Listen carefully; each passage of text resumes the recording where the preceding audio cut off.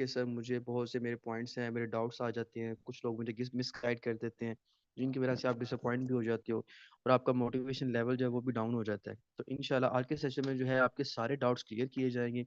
Because जाहिर सी बात है, अल्हम्दुलिल्लाह से हम खुद भी मुसलमान हैं, और अगर हमें पता चलेगा कि कोई चीज़ हराम है तो हम तो जाहिर सी बात है ऑटोमेटिकली हम खुद नहीं करेंगे। सो यहाँ पे सारी चीज़ें आप लोग की क्लियर की जाएंगी कि फोर्सेज में काम करना कैसा है, फोर्सेज में काम करके इनकम कैसे आती है, क्यों हलाल है, कैसे है, क्या चीज़ें हैं, और जो आपको लोग मिसगाइड करते हैं उनके क्या पॉइंट्स हैं और उनको हमने कैसे क्लियर करना है। तो जल्दी से लिंक प्रोवाइड करें अपनी टीम को। 1 मिनट इंशाल्लाह मैं वेट करूंगा, इसके बाद मैं प्रॉपर सेशन को यहाँ पे कंटिन्यू कर दूंगा। आप लोगों ने अच्छे से समझना है। मैं आपको step by step, point by point मैं आप लोगों को सारी चीज़ें क्लियर करूंगा, जो भी पॉइंट है विद एग्जाम्पल क्लियर करूंगा। इंशाल्लाह आप लोगों को सारा कुछ क्लियर हो जाएगा, ठीक है। तो जल्दी से लिंक प्रोवाइड करें अपने टीम मेंबर्स को, फिर सेशन को यहाँ पे प्रॉपर कंटिन्यू करते हैं। देखिए, हर इंसान ने के अंदर अल्लाह ताला ने उसको सोचने की सलाहियत दी है। आपको भी पता है कि आपके लिए अच्छा बुरा क्या है, आपको अल्लाह ताला ने सोचने की सलाहियत दी है और आप अच्छा बुरा अपना सोच सकते हो, ठीक है। हर इंसान को पता है कि मेरे लिए अच्छा क्या है, मेरे लिए बुरा क्या है, लेकिन उसके बावजूद भी कुछ ऐसे लोगों की वजह से आप डिसअपॉइंट हो जाते हैं। कुछ ऐसे लोगों की वजह से आपको काम करना नहीं आता, समझ नहीं आती कि हमने काम कैसे करना है, किस तरीके से करना है। बहुत सी ऐसी चीजें हो जाती हैं जिनमें हमारा माइंड खुद का काम ही नहीं करता। मतलब कि हम इतने इतने की ज्यादा डिसअपॉइंट हो जाते हैं कि हमें बिल्कुल भी काम का नहीं पता चलता कि हमने किस वे में करना है और हमने उस बंदे को क्या जवाब देना है, ठीक है।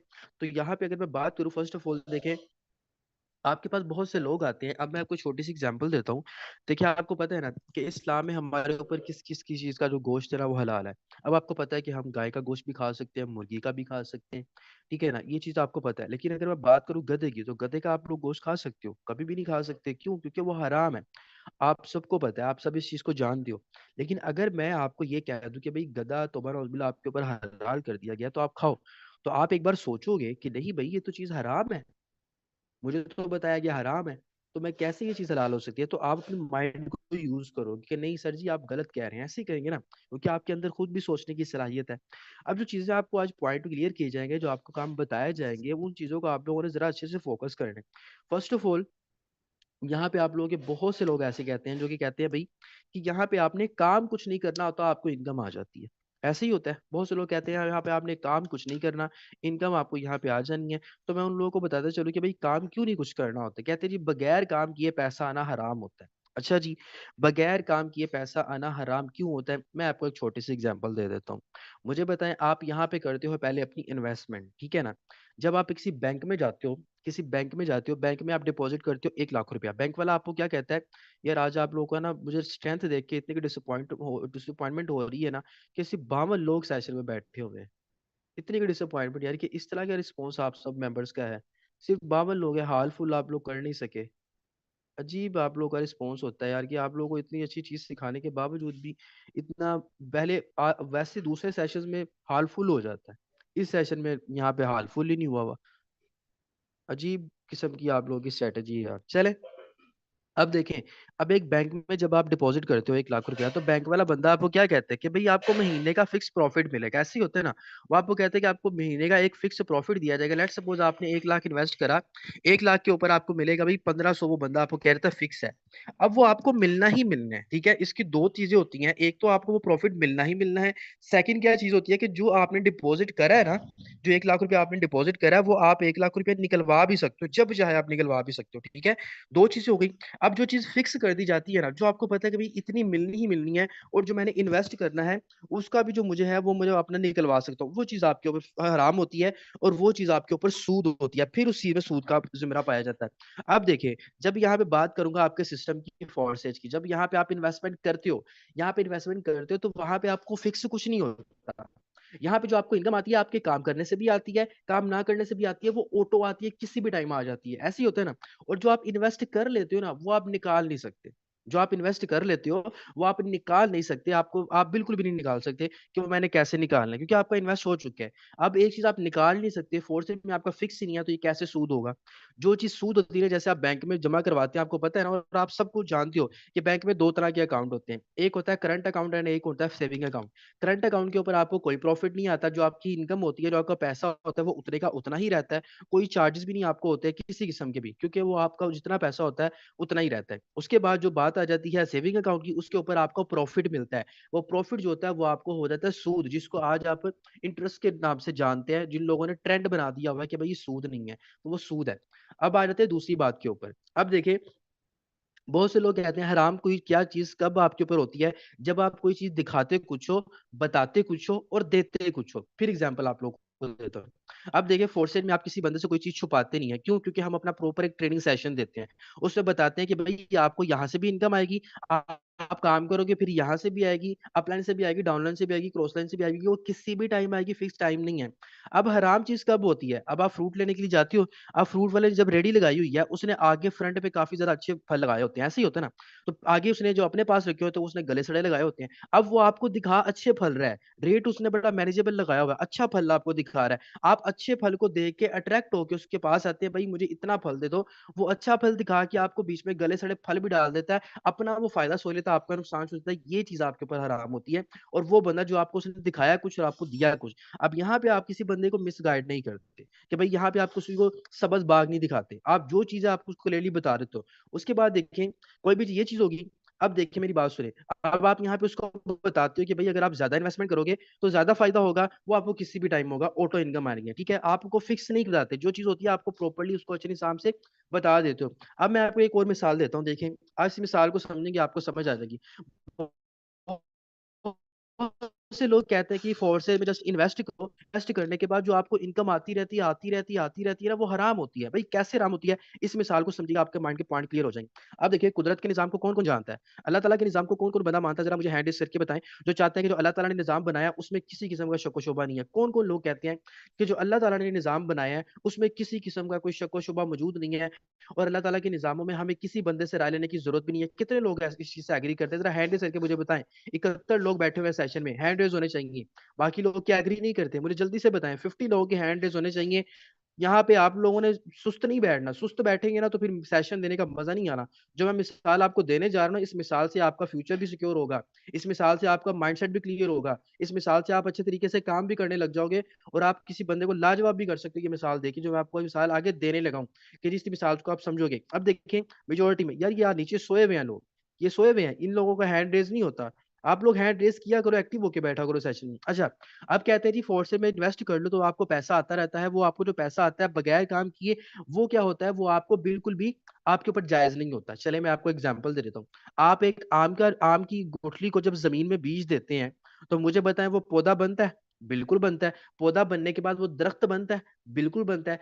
दरख्त बनने के बाद वो आपको फल देता है? बिल्कुल देता है। क्या वो आपको एक फल देता है? नहीं भाई, वो हमें सैकड़ों फल देता है। अब मुझे बताएं, जमीन में आपकी इन्वेस्टमेंट कितनी थी? जमीन में आपने इन्वेस्टमेंट क्या करी? एक आम की गुठली आपने इन्वेस्ट करी, वो पौधा बना, दरख्त बना, और उसके बाद उसने आपको कितने आम दिए? उसने आपको सैकड़ों आम दे दिए। जो एक आपकी इन्वेस्टमेंट क्या थी? एक फल। उसने आपको कितने फल दिए? सैकड़ों फल। सैकड़ों फल के बाद जब आपने उसको लाइफ टाइम के लिए उसने आपको फल देता रहना है। उस आम के दरख्त ने आपको लाइफ टाइम के लिए, जब तक वो है, उसने आपको फल देता रहना है। अब देखें भाई, इन्वेस्टमेंट आपकी एक आम, तो इसका मतलब फिर ये हुआ कि अगर एक आपकी इन्वेस्टमेंट है, एक फल आपकी इन्वेस्टमेंट है, तो जब आप लोगों ने वहां से सैकड़ों फल उठाने हैं, तो भाई वो फिर आपके ऊपर हराम हुए। तो जाहिर सी बात है, अगर आपकी इन्वेस्टमेंट अगर इसी इतबार से देखा जाए, तो तोबा नाउज़ुबिल्लाह, आप लोग देखो कि एक अगर इन्वेस्टमेंट है तो फिर एक आम आपके ऊपर हलाल होना चाहिए ना। तो फिर सैकड़ों आम क्यों खाते हैं? क्योंकि भाई अल्लाह का निजाम है।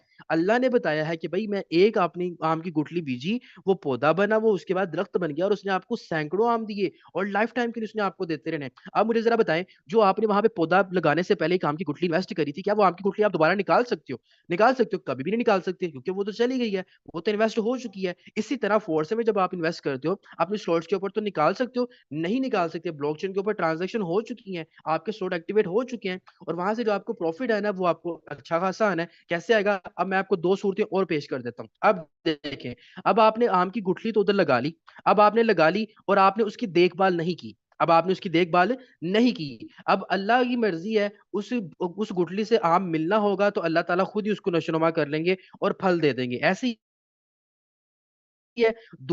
दूसरी वजह क्या है कि अगर आप उस आम की गुठली का पौधे की प्रॉपर उसको पानी दो, उसको खाद दो, उसकी लुक आफ्टर करो अच्छे तरीके से, तो फिर वो आपको बहुत ही ज्यादा बेहतरीन फल देगा। लेकिन एक अगर आपने पौधा लगा के छोड़ दिया, पानी आप उसको नहीं दे रहे, वो अल्लाह के सहारे छोड़ दिया, तो फिर आपको किसी भी टाइम उससे फल महसूस हो जाना है। इसी तरह जब आपने अपना अकाउंट क्रिएट कर लेना है, अगर आप अकाउंट के ऊपर मेहनत करोगे, अकाउंट को समझोगे, स्लॉट को समझोगे, मेहनत करोगे, तो बड़ा अच्छा पैसा कमाओगे। और लेकिन अगर आप यहाँ पे मेहनत नहीं करोगे, अकाउंट बना के जस्ट इन्वेस्ट करके छोड़ना है, तो फिर भैया आपको ऑटो इनकम आनी है।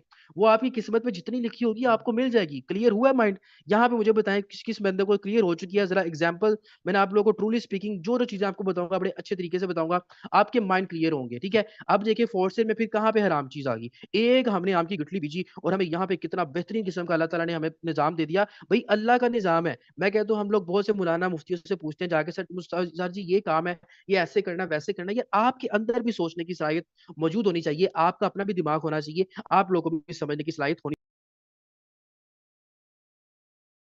बताएं, एक और एग्जांपल देता हूँ। अगर बात करते हैं ना इस चीज के ऊपर कि जी हमें यहाँ पे हमने काम कुछ नहीं करना होता और हमें यहाँ पे इनकम आ जाती है, अब जरा मेरी बात को फोकस करें। भाई जब आप एक प्लॉट लेते हो, आपका अकाउंट होता है ना, अकाउंट से आपको इनकम आती है। जब आप एक प्लॉट लेते हो 10 लाख रुपए का, आपने एक 10 लाख रुपए का प्लॉट लिया।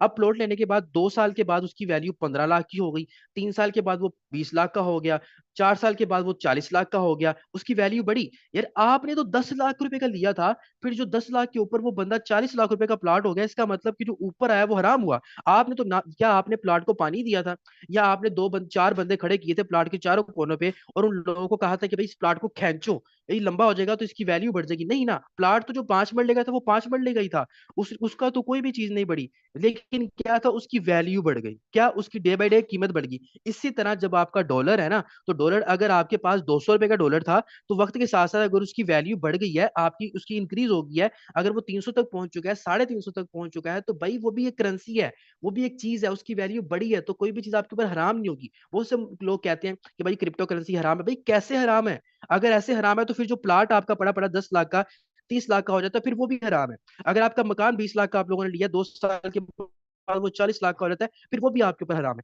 अगर आप एक बंदे को 10 लाख रुपए की चीज लेके आगे 20 लाख की बेचते हो, तो फिर वो भी आपके ऊपर हराम है। अगर ये चीज क्रिप्टो करेंसी को आप लोग कहते हो हराम है, बिल्कुल भी हराम नहीं है। भाई अब गोल्ड लेते हो, आपने 2 लाख रुपए का गोल्ड ले लिया, अब गोल्ड की वैल्यू इंक्रीज हुई, गोल्ड पैसा इंक्रीज हुआ, उसका उसका मार्केट इंक्रीज हुआ, अब 2 लाख का गोल्ड आपका 4 लाख का बन गया, तो क्या ये आपके ऊपर आपको हराम है? क्या ये सूद है? नेवर। उसकी वैल्यू बढ़ी है, उसकी इनकम इंक्रीज हुई है, उसकी वैल्यू उसकी वर्थ इंक्रीज हुई है, इस वजह से वो आपके ऊपर हलाल है। भाई आपने कोई हराम वाला काम नहीं किया, आप कोई जुआ सट्टा नहीं लगा रहे कि जहां पे आप कहो कि भाई 10 लाख रुपए जुआ लगा रहा हूं और मुझे 20 लाख प्रॉफिट मिलेगा अगर मैं जुआ जीत गया। वो जुआ हराम होता है, वो चीज होती है। और जो चीज आपके ऊपर फिक्स होती है, वो सूद आपको फिक्स जो होती है ना, वो फिक्स होता है, वो सूद होता है। जैसे आपको कोई चीज मिले, आप कहो मैं 10 लाख का प्लॉट ले रहा हूँ और 1 साल के बाद ये प्लॉट डेफिनेटली 50 लाख का होगा, ये आपको फिक्स पता है। अगर फिक्स पता है तो फिर आपको वो हराम हो जाएगा कि आपको पता है कि इतने बाद ये इतने का हो जाए, लेकिन आपको कुछ नहीं पता कि 2 साल के बाद कितने का होगा, 3 साल के बाद कितने का होगा। जो भी मार्केट रेट चल रहा होगा उसके अकॉर्डिंग बेचा जाएगा, तो भाई वो आपके ऊपर टोटली हलाल है। ठीक है, अब देखिए मैंने आपकी ए बी चीज क्लियर कर दी। अब देखिए सिंपल, वो लोग कहते हैं ना क्रिप्टो करेंसी बड़ी बड़ी ज्यादा वैल्यू हो जाती है तो वो आपके ऊपर हराम हो जाती है। भाई कैसे हो जाती है? अगर वैसे हो जाती है तो फिर ये जो प्लॉट की प्रॉपर्टी डीलर जो काम करते हैं, ये गोल्ड वाले काम करते हैं, तो फिर ये हराम कमा रहे हैं? नेवर भाई, ये हराम नहीं कमा रहे। उसके बाद जो ट्रेडिंग होती है आपकी, ट्रेडिंग जब आप कर रहे होते हैं, आप एक चीज करेंसी लेके अपने पास रख लेते हो, उसकी वैल्यू इंक्रीज होती है, आप उसको सेल कर देते हो, ऐसे ही होता है ना। अब मुझे बताया जरा, अब जो लोग आपके पास आटा घी दाल चावल आप लोग दुकान पे लेने जाते हो, अब लेट सपोज एक बंदे ने 100 बोरी आटे की उठाई है, और आटे की बोरी वो 2,000 के हिसाब से उसने 100 बोरियां उठाई हैं। अगले ही दिन आटे के बोरी का जो रेट है वो ज्यादा हो जाता है, ठीक है, 100 रुपए ज्यादा महंगा हो जाता है, मतलब एक बोरी के ऊपर 100 रुपया उसको ज्यादा मिल रहा है। ठीक है, तो वो जो 100 रुपया ज्यादा बेचेगा, तो क्या 100 बोरी जो उस बंदे ने उठाई है वो उसके ऊपर हराम हो जाएगा?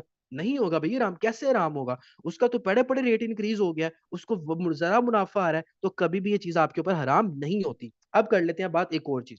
अब बहुत से लोग कहते हैं कि सर जी इसकी फिजिकल वैल्यू नहीं है, क्रिप्टो करेंसी की फिजिकल वैल्यू नहीं है, एक ये भी पॉइंट आता है। चले मैं आपका ये पॉइंट भी क्लियर कर देता हूँ। अब जो है मुझे एक बात बताएं, जब आप सदियों पहले, जब आपके पास बटनों वाले मोबाइल हुआ करते थे, तो बटनों वाले मोबाइल आप किसी मोबाइल शॉप पे जाते थे, उस बंदे को कहते थे कि यार इजी लोड करना है, कहते थे ना, कहते ना इजी लोड करना है। वो बंदा, आप उसको बंदे को क्या कहते थे, आप उसको कागज के नोट देते थे। हम कहते हैं ना जी फिजिकल वैल्यू नहीं है तो ये हराम है। मैं बता देता हूँ कि भाई फिजिकल वैल्यू नहीं है तो हराम हराम कैसे है और हलाल कैसे है, ये भी मैं बता देता हूँ, विद एग्जाम्पल बताऊंगा।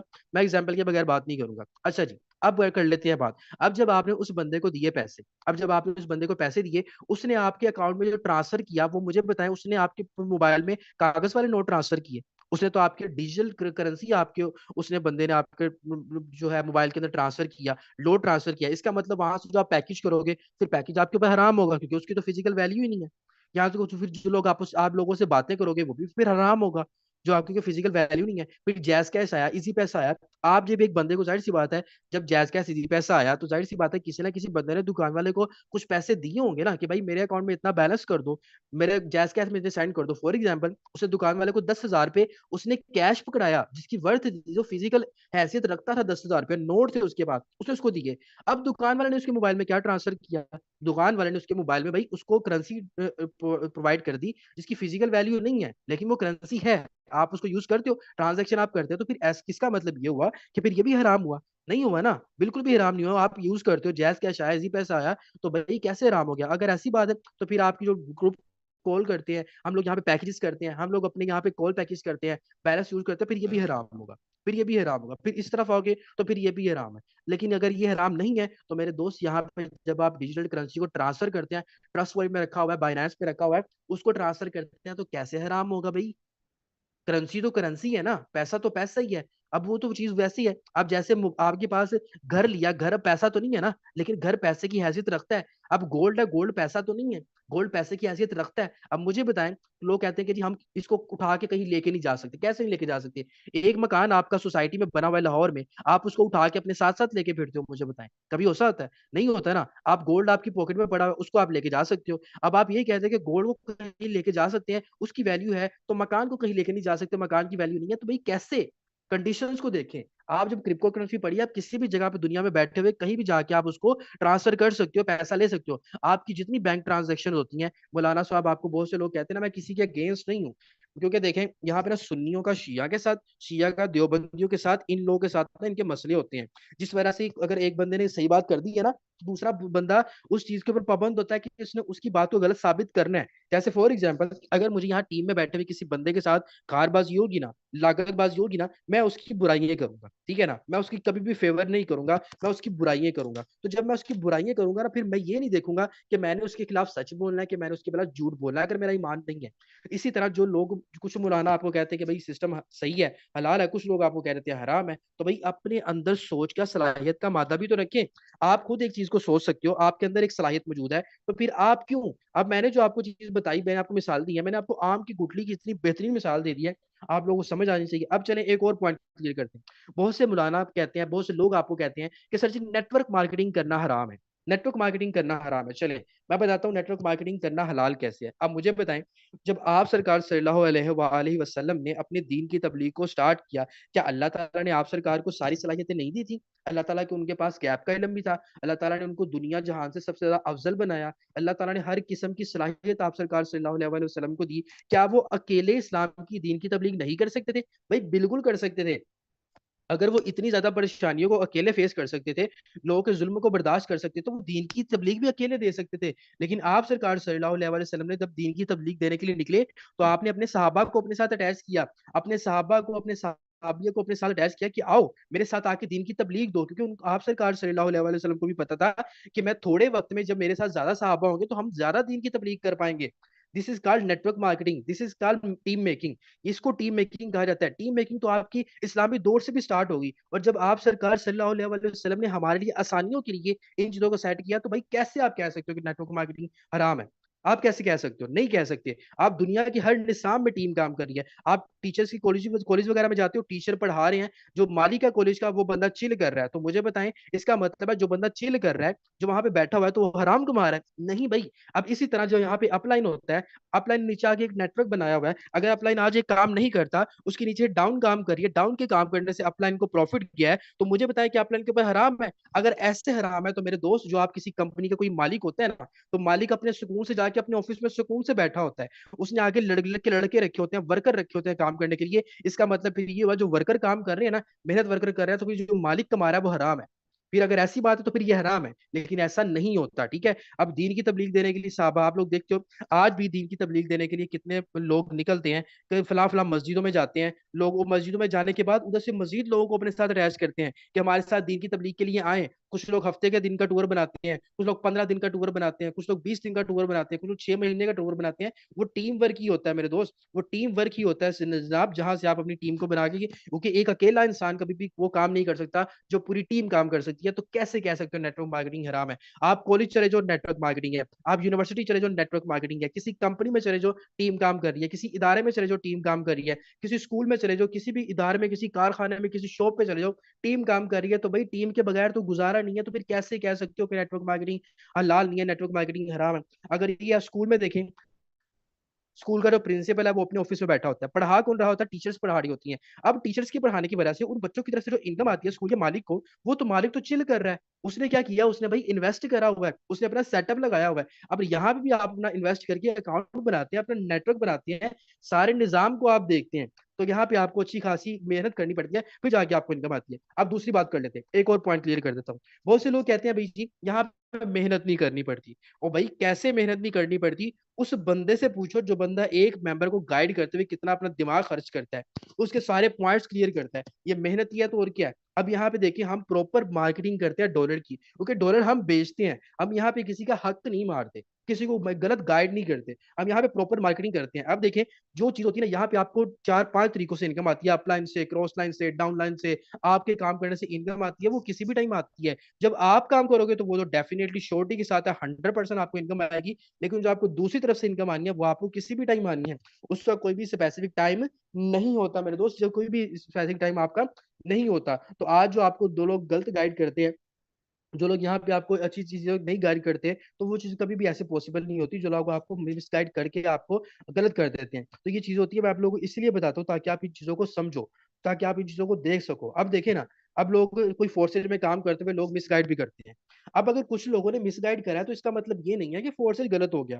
फोर्सेज वही है, फोर्सेज वहां पे ही है। कुछ लोगों की वजह से अगर आप कह दो तो ये ऐसा नहीं होता। अपनी सलाहियत से आप लोगों ने खुद मिसाल लेनी है। आम की मिसाल मैंने आपको दे दी, नेटवर्क मार्केटिंग की मैंने आप लोगों को मिसाल दे दी, उसके बाद बैंकिंग सिस्टम की मैंने आपको मिसाल दे दी, आपका प्रॉफिट कैसे जनरेट होता है वो भी मैंने आपको बता दिया, ऑफलाइन कैसे कमाता है मैंने वो भी आपको बता दिया। काफी ज्यादा मैंने आप लोगों को यहाँ पे चीजें बता दी हैं, जो कि मेरा नहीं ख्याल कि इसके बाद भी आप लोगों के कोई क्वेश्चन जो होंगे वो बाकी रहेंगे। मेरा नहीं ख्याल। अच्छा जी, देख लेते हैं कि अच्छा, जो लोग आपको फतवे देते हैं ना, मैं आपको देता हूँ फतवे देते हैं ना, जो फतवे आप लोगों को देते हैं, मुझे बताएं, वो लोग जब उनको गाइड करने वाले, उनको बताने वाले लोग होते हैं ना, वो गलत बताते हैं। मतलब जो फतवा बंदे निकालते हैं ना, वो बंदा पैसे पता कैसे गाइड करते हैं, मैं आपको बताता हूँ। अब देखिए, जब यहाँ पे आप लोग इन्वेस्ट करते हो ना, यहाँ पे इन्वेस्ट करने के बाद जो आपके इन्वेस्टमेंट होती है, X3 से इनकम या तो आपको आती है या अपलाइन या किसी टीम के किसी मेंबर को चली जाती है। X4 से भी या आपको आती है, आपके अपलाइन या किसी भी टीम के मेंबर को चली जाती है। अब भाई जो आपके स्लॉट्स एक्टिवेट होने हैं, उससे इनकम या आपको या टीम में किसी बंदे को जानी है,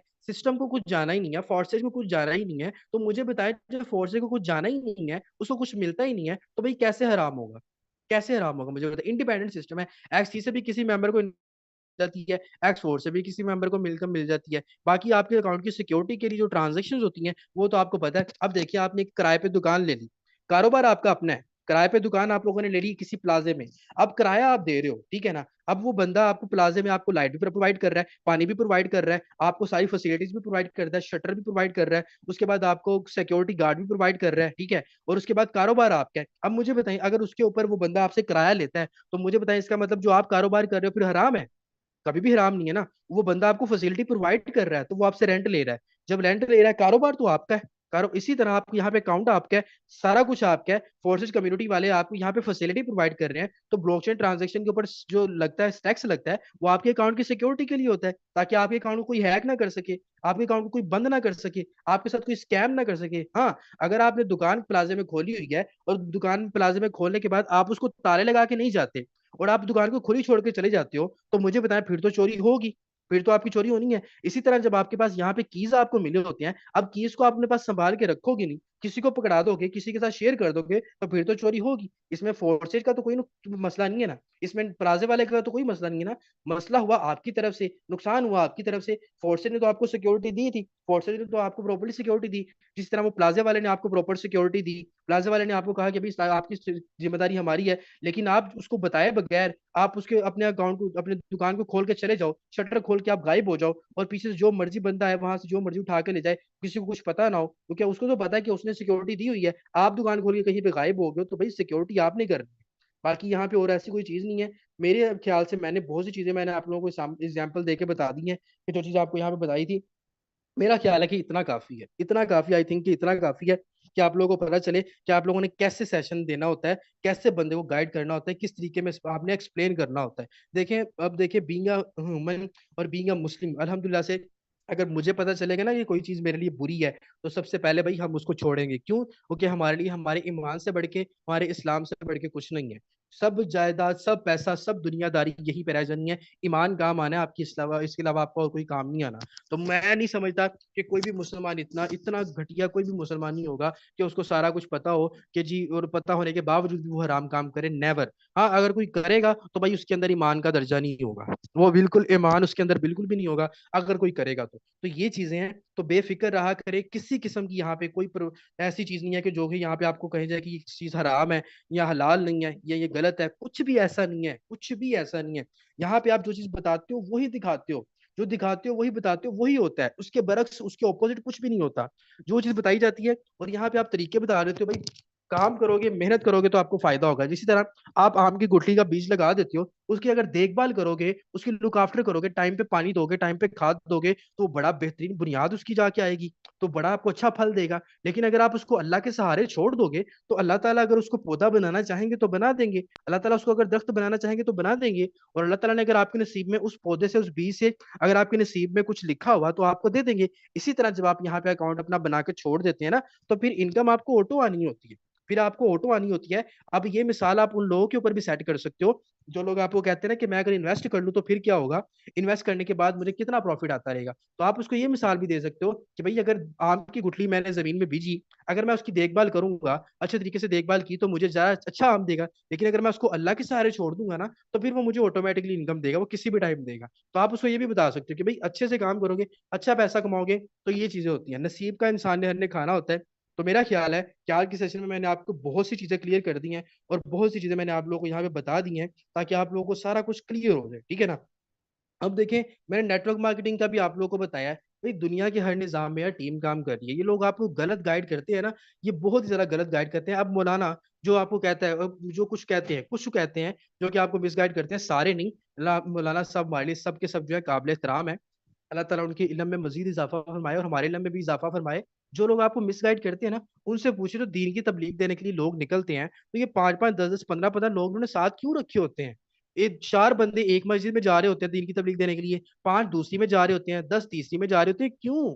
ये भी तो टीम है, ये भी तो टीम काम कर रहे हैं। वहां से भी फिर उन्होंने लोग उठाने होते हैं, लोगों को साथ अटैच करना होता है दीन की तबलीग देने के लिए, क्योंकि उनको पता है कि ज्यादा लोग होंगे, ज्यादा मस्जिदों में जाएंगे, ज्यादा लोगों की रहनुमाई कर पाएंगे। This is called team work. ये टीम वर्क होता है, इसको आप टीम वर्क कहते हो। अगर यहाँ पे टीम वर्क आपके लिए सूटेबल है, तो काम में टीम वर्क क्यों नहीं? आपकी कंपनियों में, इदारों में, कारखानों में, शॉप में, हर जगह टीम काम कर रही है, हर जगह टीम काम कर रही है। टीम के बगैर कोई काम नहीं होता। और जो टीम होती है ना, टीम को नेटवर्क मार्केटिंग ही कहती है मेरे दोस्त। टीम जो होती है ना, उसको मार्केटिंग ही कहते हैं, वो नेटवर्क ही होता है, हर जगह पे नेटवर्क काम कर रहा है। तो ये चीजें जो आप लोगों को मैंने बतानी थी आज के सेशन में, मैंने आप लोगों को बता दी है। आई होप कि आज का सेशन आप लोगों के लिए बेहतरीन रहा होगा। इसके बाद आपके जो भी डाउट्स होंगे वो क्लियर हो चुके होंगे, और इंशाल्लाह आप लोगों को अच्छे तरीके से समझ भी आ जाएगी, और आपको पता भी चल जाएगा कि मैंने क्या चीज डिलीवर करनी है। तो ये भी चीज होगी, ठीक है ना। अच्छा जी, तो जाहिर सी बात है, एक और चीज है कि लोग कहते हैं जो हराम की चीज होती है ना, वो आपको कभी, वाकई जाहिर सी बात है, वो नहीं रहती। अगर मुझे देखिए, इस सिस्टम में आने के बाद जो इंसान मेहनत करता है ना, उसको इज्जत बहुत ज्यादा मिलती है, उसको इज्जत बहुत ज्यादा मिलती है। हराम के कामों में कभी भी आपको इज्जत नहीं मिलती, ऐसे होता है ना। और हराम के कामों में, जो हराम से ही कमाई होती है ना, अल्लाह ताला उन लोगों को अपने घरों में भी नहीं बुलवाता। अल्लाह ताला ऐसे लोगों को अपना दीदार भी नहीं करवाता, और अपने अपने महबूब के रोजे का दीदार भी नहीं करवाता ऐसे लोगों को जो हराम कमाते हैं। लेकिन हमारी टीम में, हमारे फोर्सेस में काम करते हुए ऐसे ऐसे लोग हैं, ऐसी ऐसी फीमेल्स हैं, जिनको अल्लाह ताला ने अपने घरों में बुलाया, यहाँ से ही कमा के वो गए हैं, और यहाँ से ही कमा के उन्होंने बड़े फलाई काम किए हैं। तो बड़ा बड़ा अच्छा निज़ाम होता है। तो ये चीज़ें आप लोग अपने अच्छे से सिस्टम को देखा करें, उन लोगों के माइंडसेट क्लियर करेंगे। अब ये लोग पता क्यों सोचते हैं, इन लोगों का ना माइंडसेट, हम लोगों का ना माइंडसेट नेगेटिविटी की तरफ जाता है। ये लोग यूट्यूबर्स है ना, यूट्यूबर्स, इन लोगों का घर ही नेगेटिविटी फैलाने से चलता है। ये लोग अगर नेगेटिविटी ना फैलाए ना, इनको व्यूज ना आए, इनको मिलियंस व्यूज ना आए, इनकी इनकी प्रमोशंस ना हो, इनकी वीडियो वायरल ना हो, अगर ये नेगेटिविटी ना फैलाएं, ठीक है ना। हम देखें, हम यहाँ पे नेगेटिविटी ज्यादा फैलाते हैं। अब आप लोगों को पता है कि यहाँ पे रिसेंटली एक, आपको पता है कि काफी ज्यादा स्कैंडल्स होते हैं, टिकटॉकर्स होते हैं, उनके भी काफी ज्यादा स्कैंडल्स आ जाते हैं। और उसके बाद कोई और जो फेमस पर्सनैलिटीज होती हैं उनके स्कैंडल्स आ जाते हैं, कुछ चीजें उनकी लीक्स हो जाती हैं, ऐसे बड़ा बड़ा कुछ हो जाता है, बड़ी बड़ी वायरल चीज होती है, क्योंकि नेगेटिविटी है ना। अब नेगेटिविटी चीजों को लोग, हर इंसान फाइंड कर रहा होता है, तो यार मुझे भी ला के दो, कहाँ पे है यार, ये देखो फलां बंदे ने इस चीज के बारे में ये चीज कह दी है, ये चीज अपने पास रखो, ये फलां चीज, ये बड़े ये सिस्टम के बारे में ये बंदा बोल रहा है, यार ये तो ये है। लोग नेगेटिविटी को ज्यादा प्रमोट करते हैं, इसलिए उन लोगों को ज्यादा व्यूज आते हैं। अगर वो करें पॉजिटिविटी को व्यू, तो कभी भी पॉजिटिविटी को अच्छा रिस्पॉन्स नहीं आएगा। अब हराम हराम हलाल के ऊपर जो सेशन आपको दिए होंगे ना, हलाल वाला सेशन कोई भी बंदा आगे प्रमोट नहीं कर रहा होगा, हराम वाले सारे कर रहे होंगे। ये देखो ये बंदा हराम कह रहा है, ये देखो ये बंदा स्कैम कह रहा है, ये देखो ये बंदा वो कह रहा है। मेजोरिटी में आप सबको लोगों ने यही कहा होगा कि फोर्सेज स्कैम है, फोर्सेज स्कैम है, फोर्सेज स्कैम है। किसी भी ऐसे बंदे ने आपको ये आगे वीडियो फॉरवर्ड नहीं की होगी कि ये देखो ये बंदा कह रहा है फोर्स से बड़ा ही बेस्ट सिस्टम है, मैंने काम करना है। क्यों? क्योंकि माइंडसेट नेगेटिव है, माइंडसेट नेगेटिविटी की तरफ जाता है। इसलिए जब माइंडसेट नेगेटिविटी की तरफ जाता है ना, तो यूट्यूबर्स ने कमाना भी ऐसे ही है। तो इसलिए यूट्यूबर्स की बातों पे ना फोकस किया करें। पिछले दिनों तो वो ये भी कह रहा था कि जरदारी मर चुका है, वो तो ये भी कह रहे थे। अगर आप लोग बताए, अक्सर फेक न्यूज आती हैं, जरदारी मर चुका है, वो फलां बंदे ने फलां को गोली मार दिया है, फलां बंदे ने फलां चीज कर ली है, वो तो बड़ा की ऐसी चीजें हो जाती हैं जो हो जाता है। ऐसी चीजों को, तो ऐसी चीजों को फोकस ना किया करें। अपने अंदर की आपने एबिलिटी, सलाहियत को देखना है कि अल्लाह ने आपको भी सलाहियत दी हुई है, ठीक है। तो अल्लाह ताला हम सबको बहुत ज्यादा तरक्की दे। इंशाल्लाह मिलते हैं 3 बजे के सेशन में। अल्लाह ताला आप सबको अपनी अपने हिफ्ज़-ओ-मान में रखे, हम सबके इल्म में अल्लाह ताला इजाफा फरमाए, हमें दिन दुगनी रात की तरक्की अता फरमाए अल्लाह ताला इंशाल्लाह। ओके जी, मिलते हैं नेक्स्ट में 3 बजे वाले सेशन में। तो 3 बजे वाले सेशन में आप लोगों को अच्छे से काम करना है, अच्छे से मेहनत करनी है, और अच्छे से आपने रिस्पॉन्स देना है, ठीक है। ओके जी, जज़ाकल्लाह। सेशन को यहाँ पे एंड करते हैं। अल्लाह हाफिज़ मेंबर्स। ओके जी, अपनी दुआ में याद रखिएगा। अल्लाह हाफिज़।